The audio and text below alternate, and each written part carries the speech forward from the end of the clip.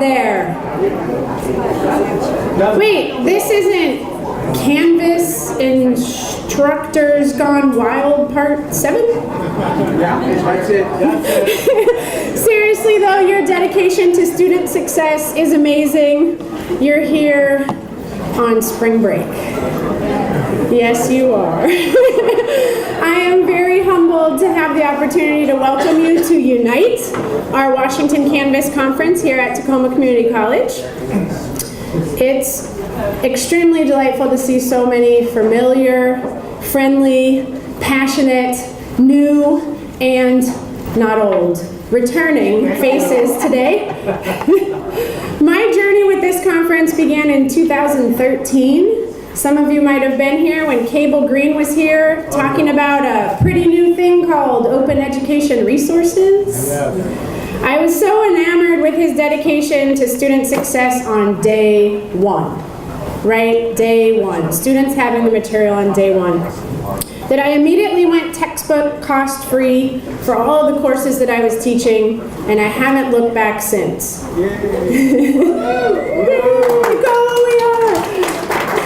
Back in 2013, Quill West and Christy Fierro, they're your second keynotes today. They were in this very room talking about how the TCC OER initiative had already saved students over $300,000. It's now in the millions. I think, correct me if I'm wrong, about $1 million a year. We're at $3 million now. I was so inspired and impressed that in fact when I received a call several years later from the psychology chair, who is still the psychology chair here at TCC, Dr. Craig Cowden, he asked, would you be interested in coming down from Seattle to teach a psych class on the Gig Harbor campus? Oh sure, I'll drive a 100-mile round trip to be a part of TCC. And I did, as an adjunct. And I'm here today introducing our keynote speaker, currently as our Dean for Organizational Learning and Effectiveness. From an adjunct, passionate about OER, in love with this Canvas conference. It feels really good to be up here to see you all today in this new role of mine. I wanted to thank you for allowing me to welcome you to TCC, to our Washington Canvas Conference, and it's a really good feeling that you're here in paradise on spring break. I hope that you enjoy the next few days building community and your professional toolkit. Thank you for your dedication that you have for all of our students. This group, we don't have to tell you, is amazing. But I'm going to ask you to turn to the closest person next to you and let them know that they're amazing.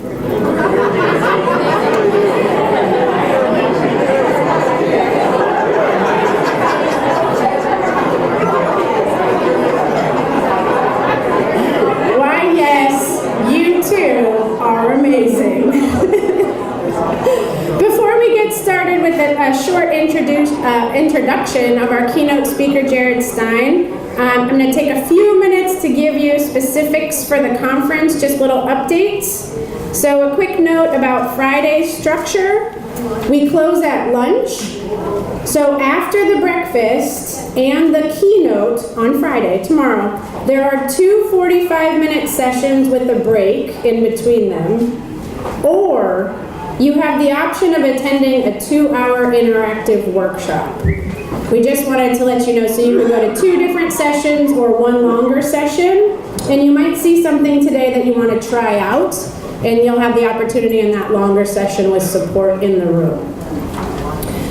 We also wanted to let you know that there are several augmented reality sessions this year. So to put that into practice right away, you might download Zapper. Information is on the back of your program.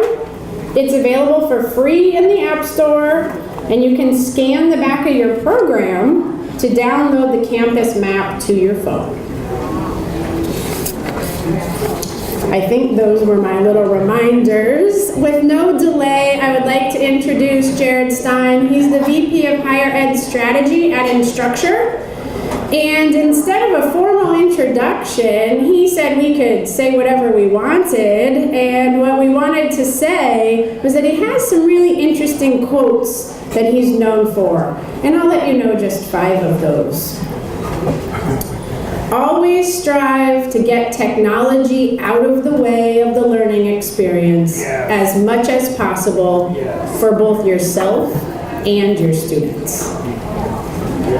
Don't adopt a difficult technology if an easier one will do the job. Start small with tools you are familiar with. Reuse open educational resources as much as possible. Give students opportunities to rely on each other as much as on you. At every turn, you should seek to understand when people interacting with people enhances a learning experience, and then provide ample time and room for those interactions to happen. And last but not least, number 5, challenge your assumptions. There's always another way. No further ado, Jared Stein.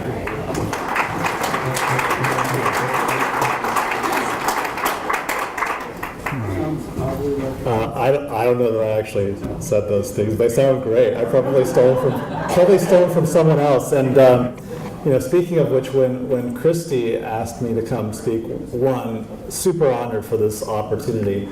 2, she enticed me by saying, "Ooh, that mic just got loud." She enticed me by saying that I'm sure to find more stories to add to my collection, because a lot of what I do in these presentations is tell other people's stories. And it was actually kind of hard preparing for this presentation, because I've told stories from the SBCTC before, and I had to kind of pull those out because you've heard them before, or else you'd be able to correct me on them. But I'm gonna share some stories that I've collected or heard over the last couple of years about uses of Canvas and ways that engage students for success. And I'm gonna start with one of my own stories. So this goes way back to when I first began working in educational technology. This was, I was a grad student, and this was before cell phones. I had a pager, and this was before webcams and video conferencing. We kind of hacked together our own system that we placed around the state of Utah. So this is Utah, this is eastern Utah, and if you know Utah, you know a lot of it's really undeveloped. There's Salt Lake City, there's Provo, there's St. George, there's Logan up where I went to school, and then the rest of it's pretty much just desert. So what we had done in the late 90s, early 2000s is set up this multi-point video system so that we could deliver live courses out in rural districts. And my job was to go around the states and make sure that these computer systems that we had kind of cobbled together and stuck into school closets were operational for when class started. And I remember, driving around Utah hours and hours to get these different locations. One time I came to the location, checked the equipment right before a class session was about to start. And I thought, oh, this will be cool. I'll kind of see how the class goes. I'll actually see the students using the technology and interacting with the instructor over video. And I was waiting in the room, and one student came in, and then class started, and I thought, oh, there's just one student. Maybe everybody else is absent. No, it turns out there's really just one student at that location in eastern Utah taking this course. And so on the 200-plus mile drive back to our offices, I thought, you know what, this actually could be an opportunity for us to save some time and money, because that's a long drive. It's a lot of computer equipment. There's really just one student out there. It's not really worth our time and energy just to be doing that. So I went to my boss and I explained that to him, and he said, "How long have you been working for me? Because I think you don't get what we're doing here." And he taught me to really question why I'm doing anything at any given point in time, and it relates to this idea that came out of the actual Toyota company called the 5 whys, where the only way to get to the deep answer, to get to the source of the question, is by asking why 5 times. So my boss told me that even though that's just one student out there in the middle of nowhere, and we've invested this money and time and energy in them, that student is actually a practicing teacher, and she's working on her certificate for special education so that she can begin to provide services to students in that rural area who have disabilities. There aren't any other special ed teachers out there. She needs to get that certificate. And one thing that we know, he told me, is that when we train local teachers to become special ed certified, they're much more likely to stay in the area and persist, and that's a big problem in education.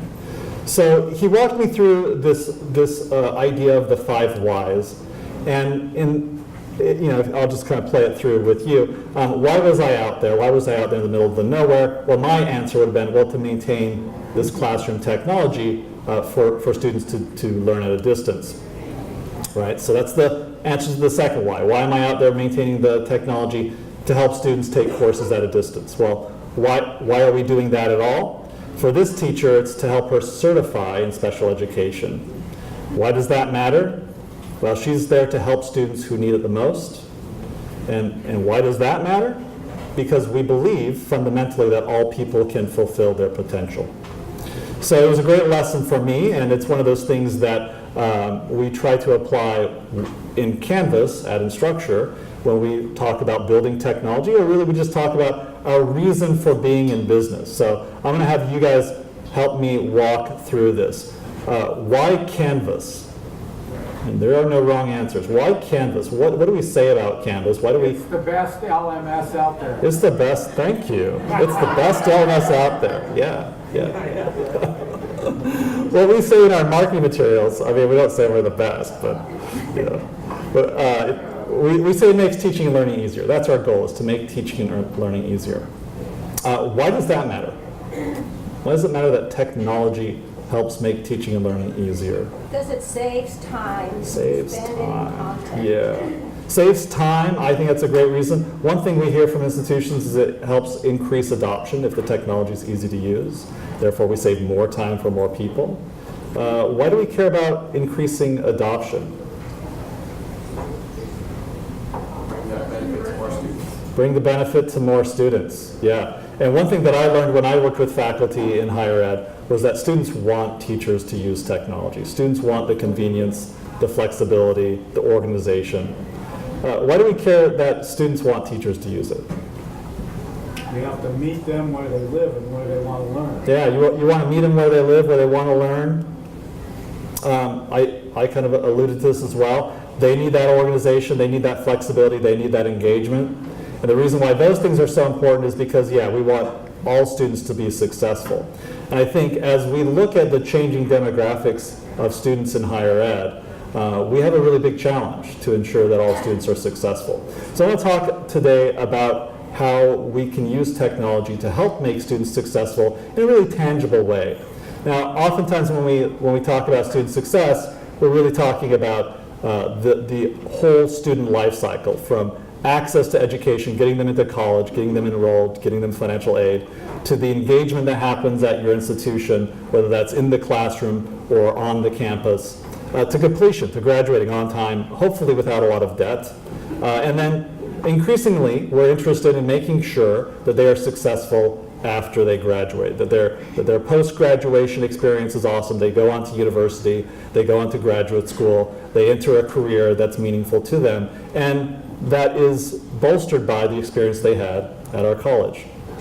Now, the thing that we at Instructure can, I think, most meaningfully contribute to in terms of student success is that engagement, the idea that teaching and learning and the experience that students have with their peers supports student success. And there's some evidence for this, but before we go into some of the evidence, let's just talk about what engagement means really quickly. It's one of these terms that we use a lot, and it can have different meanings in different contexts.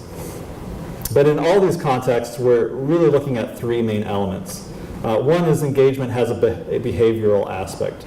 Students are actually doing the activities that we expect them to do as students in our courses or as members of our community. Oh, that didn't animate right. That was weird. Okay, I'm sorry. There are two other aspects of it as well, though. There's a cognitive aspect, right? Are they cognitively engaged? They're not just doing the tasks that we ask them to do, but they're cognitively engaged in the task. And then there's an emotional element as well, and that's why we say that engagement, in some respect, is motivation in action. So we're going to look at how we might foster motivation in our students and that participation so that they are active in their learning and therefore engaged. But let me share a little bit of research that shows why engagement matters in student success. It's not just something that is a nice platitude or something we like to say, but there's plenty of research that shows that students who self-report or measure their engagement as high are more likely to complete college or university. They're 1.5 times more likely to complete by some studies. Whereby students who self-assess themselves as low engagement, not only are they less likely to complete, when they do complete, they tend to take at least one semester more to graduate, and both GPA and correlation and completion tend to be correlated with students' level of engagement. So, okay, engagement matters to success. One thing that we've seen in research as well is that engagement in a single course can predict attainment. So there was one study of first-year college students that showed their sense of engagement in a single course can predict whether or not they're going to complete. Now, that's probably because they get a sense of meaning from that instructor, that interaction helps carry them along a little bit. And there is other research that suggests that learning gains realized by students during a year with an effective teacher were sustained over later years. So the level of engagement that we can give students in a course in a single year, even if we don't have them for a very long period of time, can sustain them through their academic career. There's something else that research points to as well, and that's that a student's sense of engagement or disengagement compounds over time. It snowballs, so to speak. And that kind of makes sense if you think about what often happens in a classroom. You guys remember this student? That was you? Yeah. I bet that was a lot of you, right? Children who are more engaged in class subsequently receive more interaction from the teacher. That's just human nature. The student who raises their hand is more likely to be called upon than the student who doesn't. And we do try to engage those students who are less engaged, but one thing studies have suggested is that can sometimes backfire. Sometimes teachers' efforts to engage the disengaged students turn into being overbearing or negative in terms of the students' motivation because we're putting too much pressure on them. That doesn't mean we shouldn't engage with those students, we just need to engage with them in the right way. So it's helpful for me at Instructure to think about engagement as this cycle, as this interplay between students' participation, their activity, and their motivation, and think about ways that we as educators, but also as technologists, can foster that cycle so it's a positive and productive cycle and not a negative cycle. So let's talk a little bit about some ways that we can increase student participation.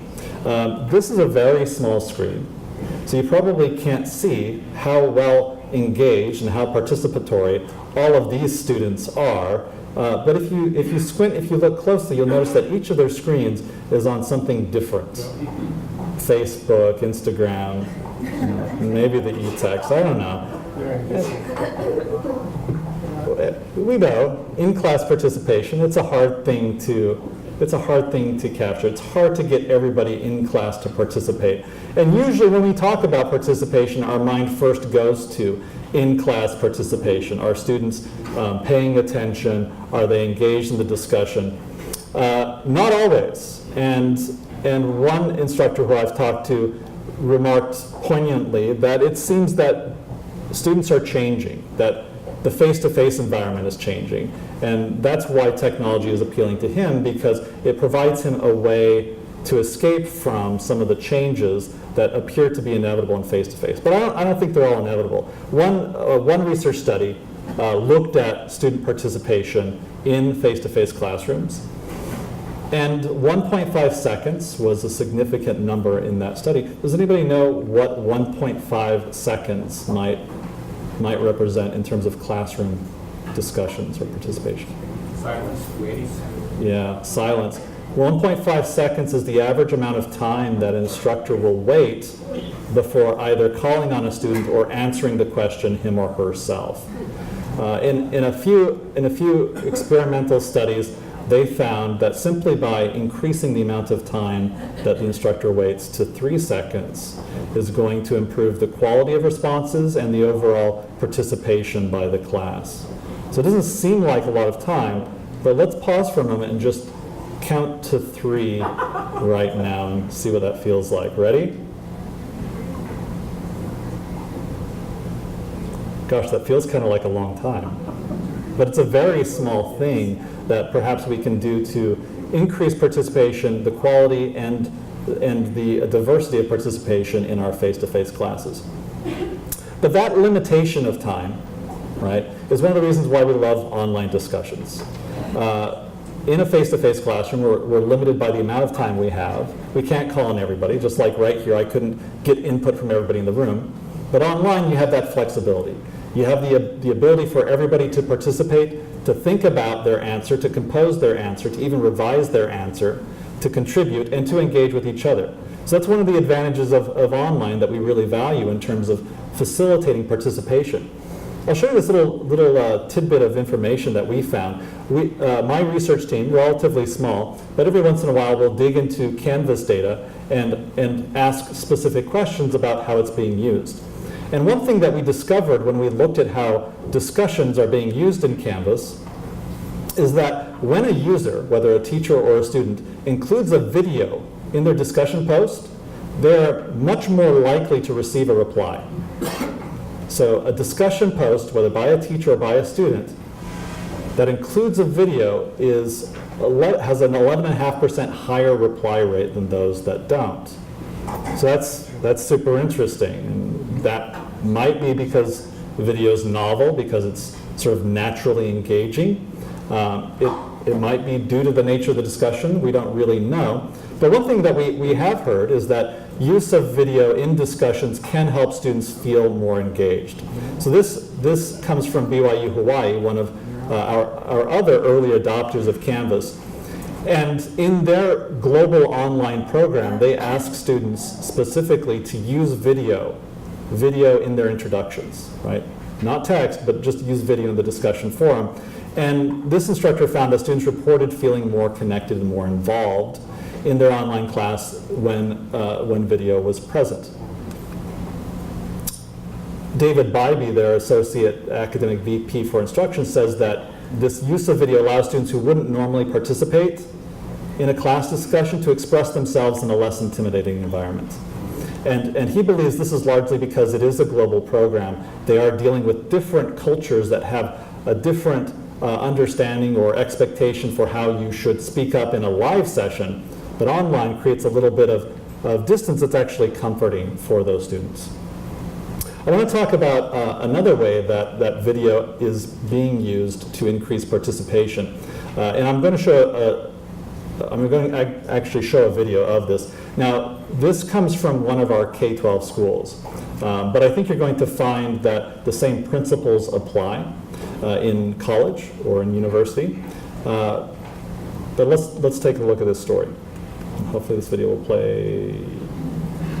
Yes. No? There we go.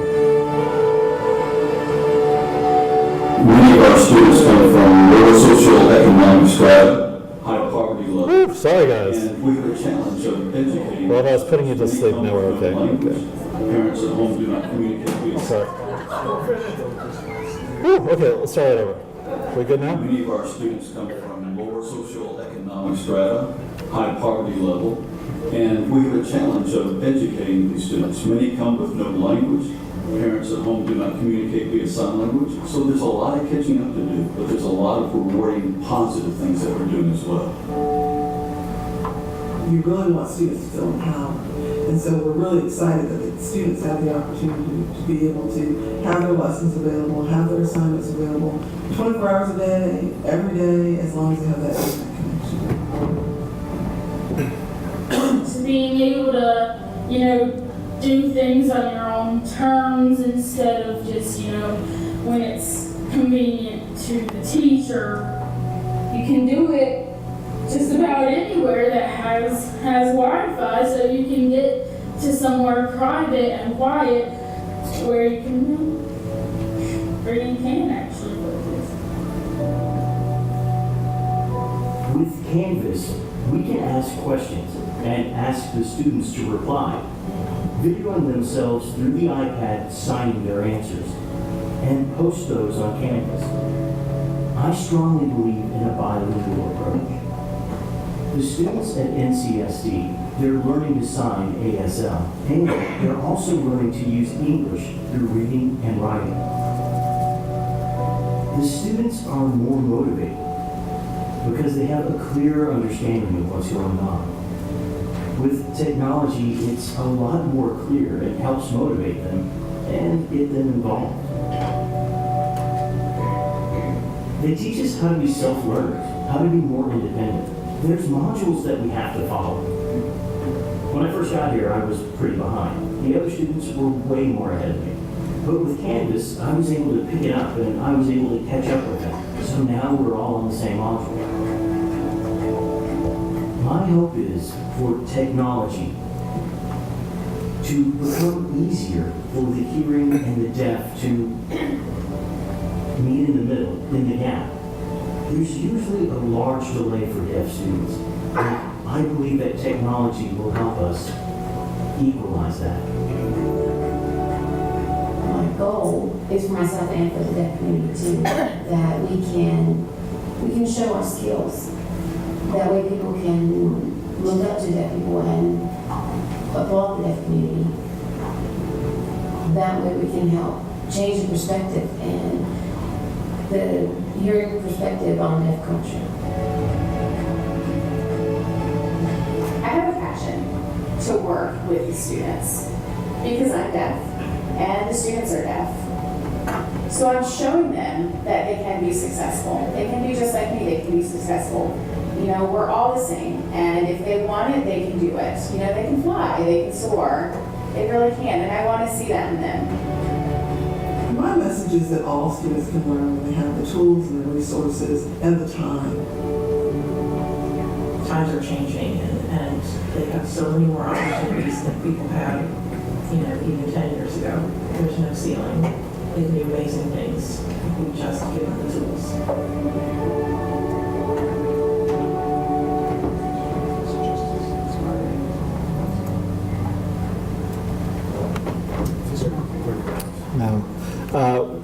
Earlier when I was asking why Canvas, why technology, somebody said saves us time, saves us energy. I think that's certainly true. You can imagine, right, that technology really just facilitates things that are otherwise possible, but just take a lot more time and effort. And I love the message of this story, that all students can learn when they have the tools and the resources and the time. So this is super inspirational to us at Canvas. Of course, we continue to work to make. Oh, there's a hand up there. I need to get louder. Okay, I need to step closer to the mic. So at Canvas, we're continually working to improve the overall accessibility of the platform and to find ways to provide tools to instructors that let them make the materials more accessible as well, like our new accessibility checker and the auto captioning in ARC. But we're also thinking about ways in which technology helps people with different abilities or disabilities to engage at the same level as everybody else without a lot of extra time and effort. So a couple of the takeaways that I think from this story that are broadly applicable, whether you're working with students with disabilities or not, is that technology is a way of potentially allowing students to do things on their own terms. That the flexible pacing of putting things online, of organizing your materials, can help students catch up, even if they've just missed a class. But in this particular case, right, they were talking about students who came from other institutions mid-semester. That multimodal communication is a really helpful thing, and we looked at this with the video and discussions, that giving students a different way of communicating or participating can help more people engage.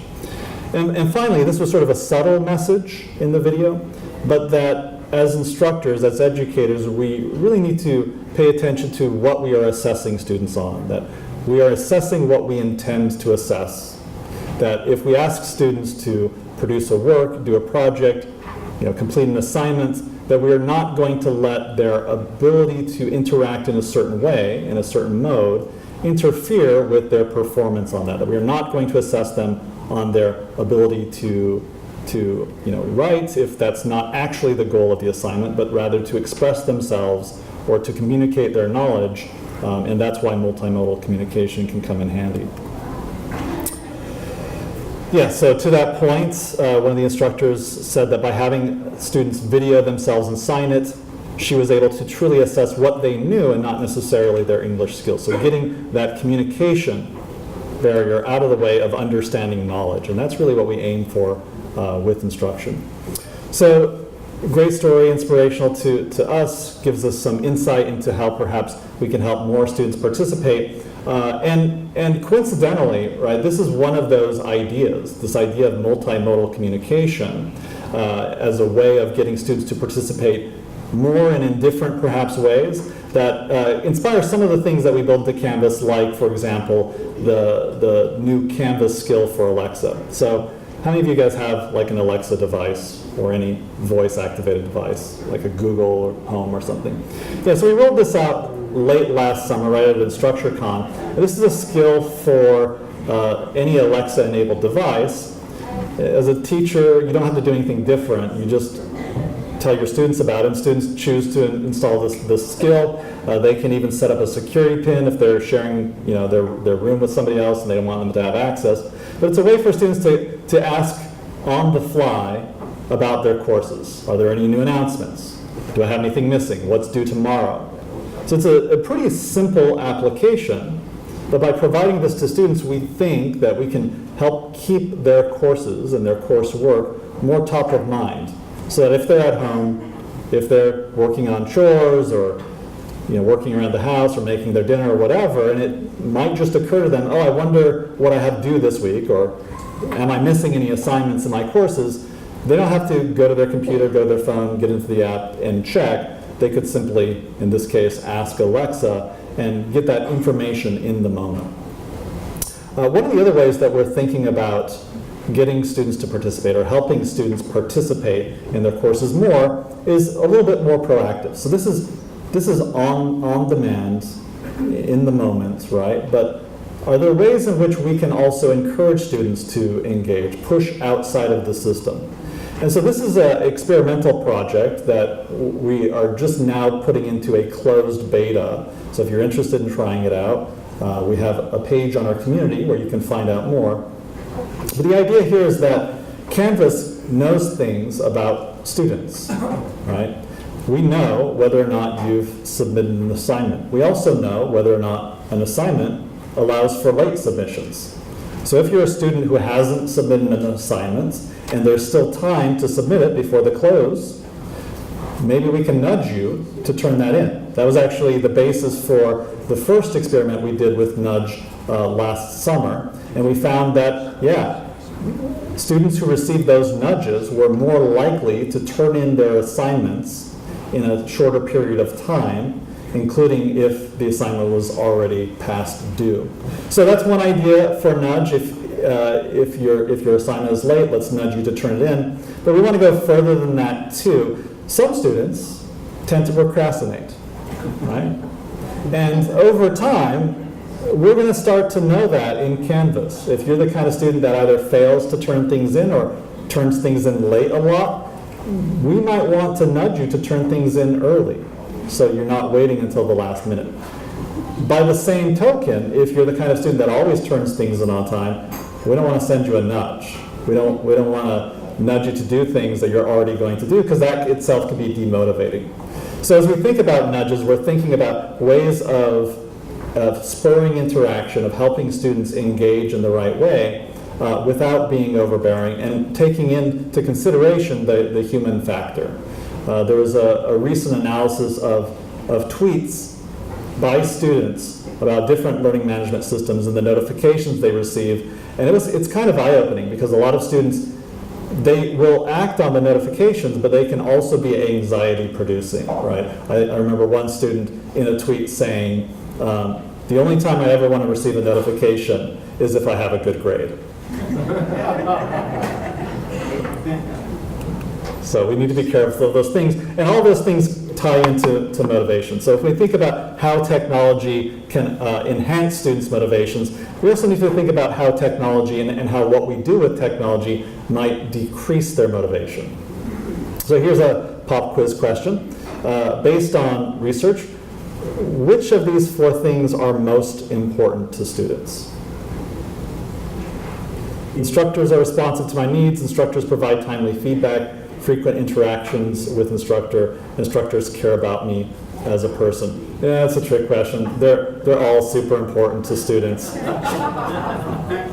But it makes a really clear point, and actually these last 3 are most important to students in online courses. But it makes a really clear point that students thrive upon feedback, and that they care about interaction, and that they want to have a positive, constructive relationship with their instructor. So we heard about this story from one of our local institutions in Utah, University of Utah. This is Autumn Barney. She is what we would call a non-traditional student. She's a veteran of the Air Force. She's a single mom, and she's going to school full-time. And she contrasted her experience working with Canvas to the experience, I'm sorry, yes. How do we use Nudge? Yes. So the only way to start using that now, go to the community website, community.canvaslms.com, and because I don't have the URL top of mind, just type in Nudge or go to the product research page. You should see a link to the Nudge experiment. We just launched this page, I think, on Friday, so the page is super new, but there should be a form there that you can sign up to try it out. And if you have more questions on that, I'm happy to answer them afterwards. We can pull up the website and see. So Autumn was contrasting what the experience was like with instructors at her institution who used Canvas to those who didn't. And there was actually just one instructor who didn't use Canvas. And she said, quote, "It was incredibly frustrating.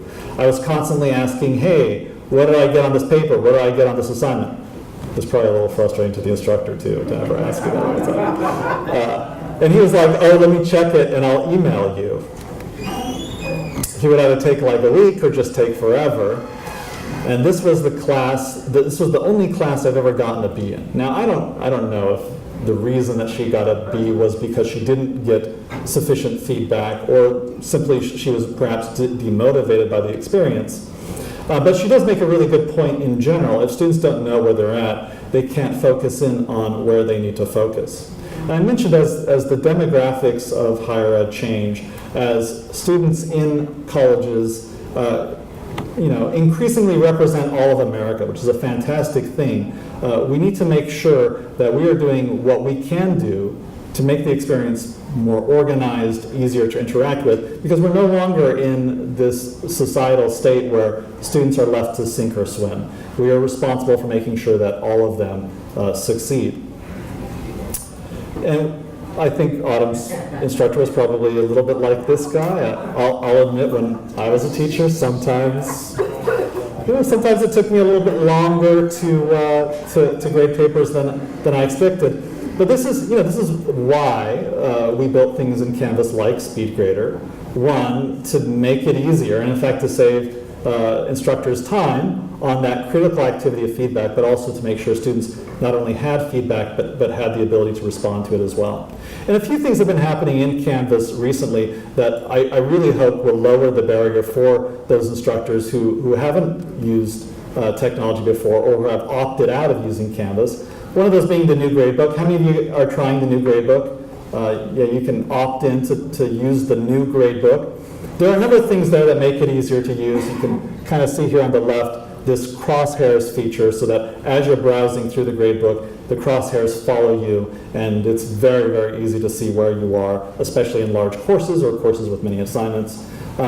Better and faster bulk adjustment of grades. I think we've also changed the language so it's a little more sensical as to what it does. And also better sorting and filtering, also especially important for really large classes.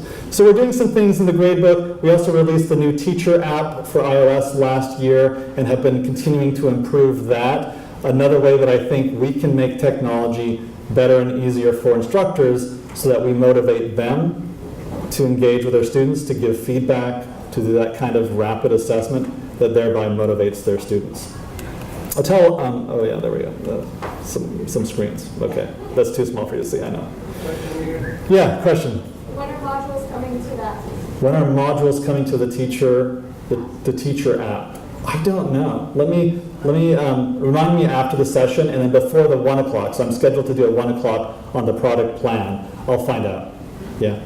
I'll tell another story really quickly. This actually came directly from a community blog post. If you're active on the community, you may have seen Michelle Zacharian talk about this, whereby in her course, for a long time, for it sounds like 14 years, the final grade was derived from really just 2 activities. 20% was based on the final exam, and 80% was based on a single paper. And she knew that this was stressful for her students. Research shows that this kind of high-stakes assessment scenario is demotivating for students. And as you can imagine, it encourages students to cram, which means that you're really having a much more limited impact on their learning because you're not creating multiple assessments that are measured throughout the semester and giving them lots of chances whereby that they can prove themselves. And she'd also heard from her colleagues that the high-stakes assessments that she had in her class were affecting students in their other classes as well. But what she said was that this was tradition, this practice of high-stakes testing. This was simply the way things had always been done. And so she took a chance and started implementing more frequent, smaller assessments throughout the semester. She started by adding in 2 and then 3 more the next semester, actually increasing students' participation throughout the semester by requiring them to do work more frequently. And even having a scored assessment really early on in the semester to make sure students didn't wait too long to get started. And the biggest change that she found from this the biggest impact she found from this relatively small change was that students' writing improved in those final papers. She lowered the percent that those final papers were worth, but because this was a writing course, that was a very satisfying outcome to this pretty small change that students' writing was improving. And here's an idea that I saw online for one way that we can use that kind of frequent work, those small assessments, to increase student motivation, and that's by showcasing the work of the week. So if you do have students submitting projects or assignments throughout the semester, week to week, every other week, whatever, you can easily showcase the best work each week in the announcements forum. So as you're doing your assessments in SpeedGrader, and you find a really good example, ask the student for permission, and then just create an announcement where you post the students' work and maybe talk a little bit about it, or even better, ask students themselves to talk about the work so that they can start to think, from this model, what do I need to do? How do I need to change? And I think it's also a really great way to create more of a community in a course, which can be very important for motivation. So I've got one more video to show you, and this one comes from Auckland, all the way on the other side of the globe. In the University of Auckland, they have a Pacific Studies program that is working with Pacific Island students. And I want to share their story because it focuses on how technology can be used to engage students in a way that's appropriate for their culture.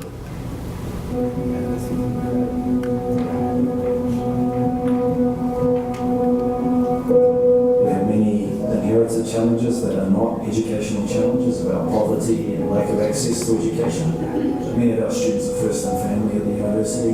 Many of them are coming from schools which don't have a high number of their cohort coming to us, so they often feel disconnected. It's really important for our students to feel like they don't have to take their cultural coat off and leave it at the university door before entering. We're here in Aotearoa, New Zealand. We're in the region of the Pacific. it should be a given that we include those values in the way we teach.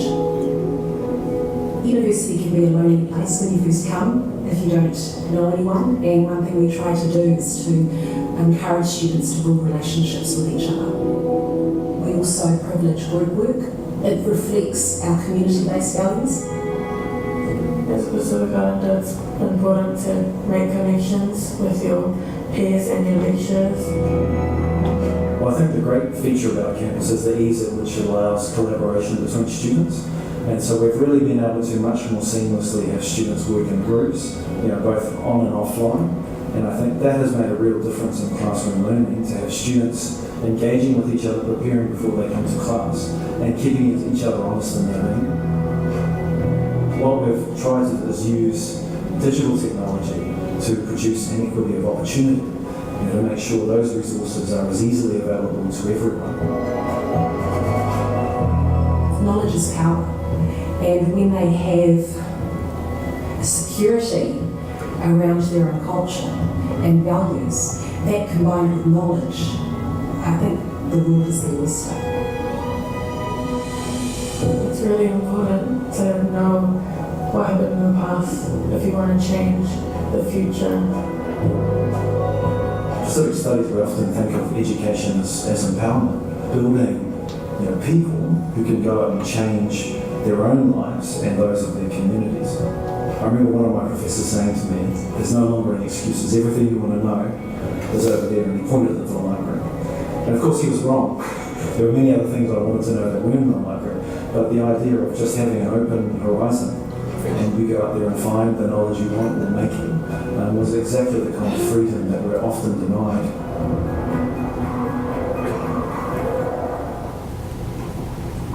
I don't know how we find these great stories, but another inspirational story, and to quote Damon in that video, how do we produce an equitable ground for students to engage on when we know they don't come from equitable backgrounds?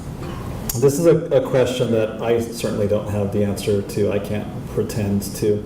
But we do look to educators like Damon and Marina and like folks amongst us today for insight and experience that we can learn from. And I hope he'll forgive me for sharing this, but Mark, I saw him this morning. Mark, where are you? Mark? Is he not here? Oh, there, way back there. Oh gosh, sitting in the back row. Yeah, so he presented on this topic at InstructureCon 2016, and this is one of my favorite sessions from InstructureCon. It's on YouTube if you want to watch it. But he talked about how teaching with technology enables equal opportunity only if it's implemented with equity in mind. And that means, understanding who your students are and thinking about your course design and your activities with those students in mind. So this is reflected in the University of Auckland's Pacific Studies program and how they're using Canvas to connect to students' cultural values. Talk about a few takeaways from that. They're using Canvas to connect with students, which is quite important when dealing with Pacific students. That's because of the idea of community collaboration. But this is one of those things that we see in research on social learning that does itself increase student motivation regardless of cultural background. Just happened to be important here. And so they're using groups and collaborations and discussions. One thing that Marina mentioned to me is that her students really love that little feature in announcements that allows students to comment. So that it's not just a one-way transmission of information, but rather students have a chance to ask why and to solve further questions amongst themselves. Because the students that they deal with often are commuting, maybe don't have computers or laptops at home, designing for mobile is super important. And in the roadmap session today, I'll talk a little bit about the work we're doing with the new student mobile app. And one of the other takeaways, again, that was maybe a little bit subtle, but that they're really leveraging the differences between online and face-to-face. And by that I mean, of course, each of those modes are different, right, and can be used for different purposes, but the face-to-face environment has that multi-sensory aspect to it. It's really easy to get that sense of humanness. Online, however, allows students to diverge in different paths go down different roads, and ask some of the questions that they may not be willing to ask face-to-face. So I'm going to share one idea that I've also picked up from the community on how we can create a collaborative but very simple learning activity for students. And this is called the best summary activity, or the assignment. So at the end of a chapter, at the end of the lesson, ask students to summarize the information in that chapter or lecture in groups. And so this could simply be an assignment that you create if you want to formalize it.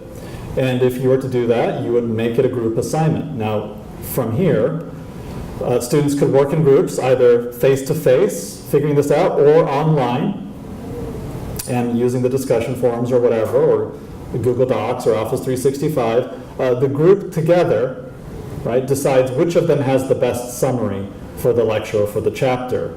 And then the group together puts that one summary forward as their best summary for the instructor or the rest of the class to see. Now, what tends to happen in these situations is that no one student in the group has themselves the best summary, but through discussion and combination, they remix the best summary from all of their responses.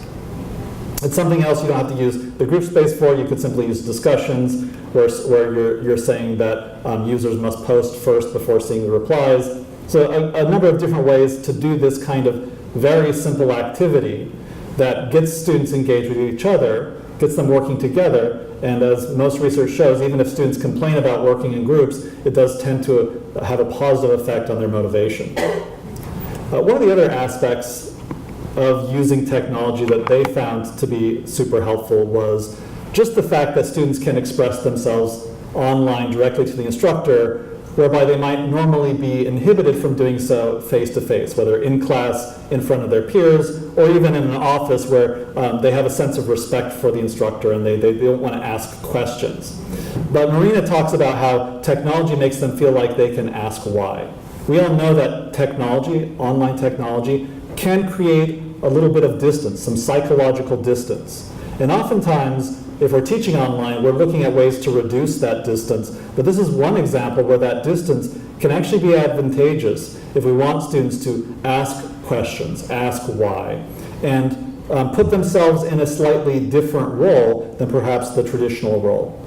I'm just going to share one last little Canvas tip here that you can do today, that anybody can do today, that you can do whether you're teaching online or not, and that is to prompt students to ask themselves why they are doing any particular work in their course. If it's an assignment, put it in the assignments.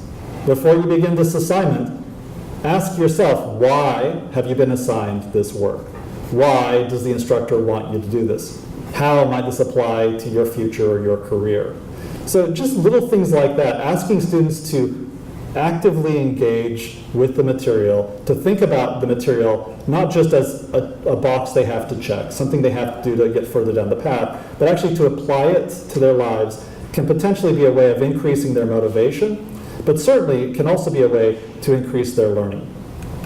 And so all of these ideas of increasing motivation through social aspects, getting students to ask and reflect upon questions like, why am I doing this? Why am I here in this class? What am I going to get out of it? They all lead to, I think, what many of us have as an ultimate goal for education, and that's to help students become self-directed, lifelong learners. And this is nicely reflected in John Hattie's idea of visible learning, where he did a meta-analysis of, I think, 800, or a synthesis of 800 meta-analyses in educational research, and he described this phenomenon called visible learning, or this goal of visible learning, and that's when teachers see learning through the eyes of their students. They seek to understand their students, not just culturally, but academically, and even in terms of their life outside of class.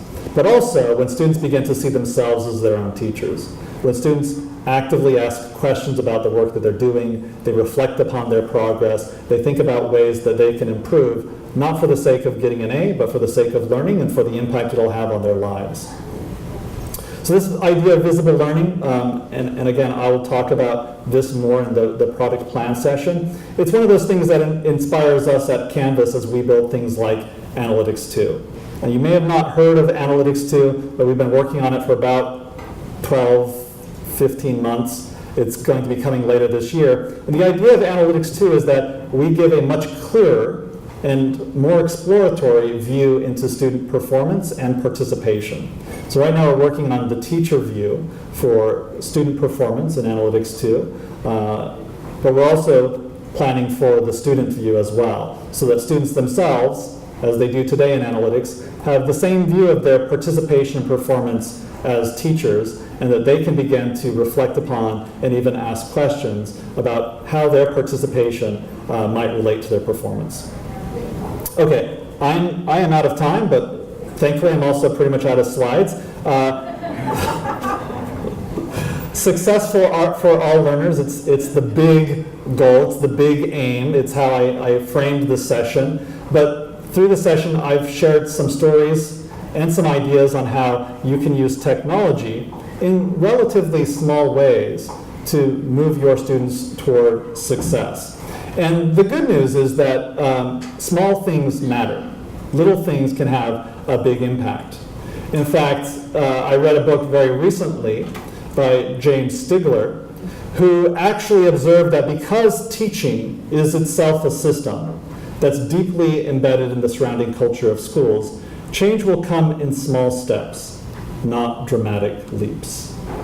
Okay, because teaching is a system. Systems are hard to change, right? That is deeply embedded in the surrounding culture of schools, changes will come in small steps, not dramatic leaps. Most of us learn the culture of schooling from the time we're very young, from preschool, kindergarten, first grade, so on and so forth, up through college. Every year we learn something new about how education is supposed to work, how teaching and learning is supposed to work, and every year that information is reified. But it's only through these small changes that, one, we as educators can hope to begin to make transformations within this culture, but two, we can introduce students to different expectations for what teaching and learning should be. So that's all I have to share with you this morning. Thank you very much. As I mentioned, I will be talking also at 1 o'clock, I think in 1:16, about the product plan for Canvas. So I hope you have a great day, and I hope you can find new small ways that you can increase engagement in the courses that you are responsible for. Thank you.